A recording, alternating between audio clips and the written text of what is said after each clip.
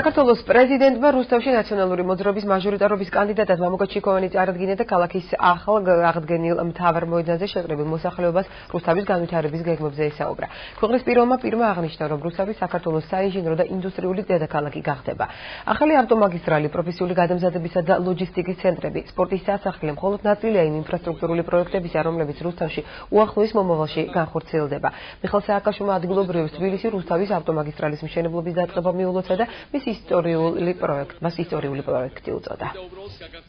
დღეს დავიწყეთ ისტორიული საქმე. თბილისის რუსთავის ავტობანის მშენებლობა, რომელიც დამთავრდება უახლოეს თვეებში.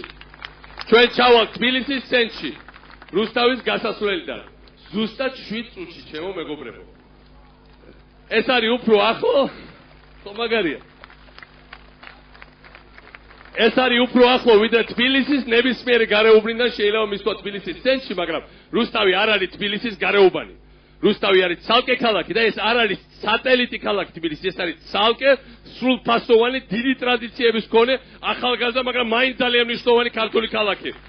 ქართული საინჟინრო აზრის, ინდუსტრიის მთავარი ცენტრი და საქართველოს ინდუსტრიული, ეკონომიკური ძალიან მნიშვნელოვანი ცენტრი და შეიძლება ითქვას საქართველოს საინჟინრო და ინდუსტრიული დედაქალაქი.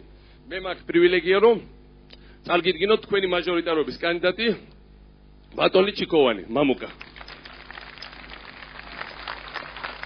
ის არის რუსთაველი, მშობლებით, მეუღლით და ძალიან მაგარი კაცია. და მინდა გითხრათ, რომ ეს ყველაზე დიდი პატრიოტი, რომ